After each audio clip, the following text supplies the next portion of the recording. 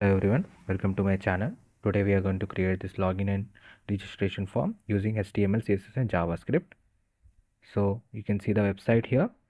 You can see the glass effect around the border of the form, and when you click on the button you can see the nice color effect and the movement of the letters, and fill out the form which is in required form in the HTML section. Then sign up. You can see the transition effect, smooth transition effect from sign in to sign up form. Then you can see the button effect also as you hover onto the button.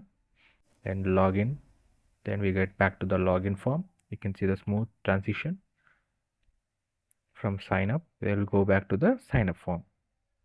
The entire source code is available in the description. If you like the content, please do share and subscribe. Thank you.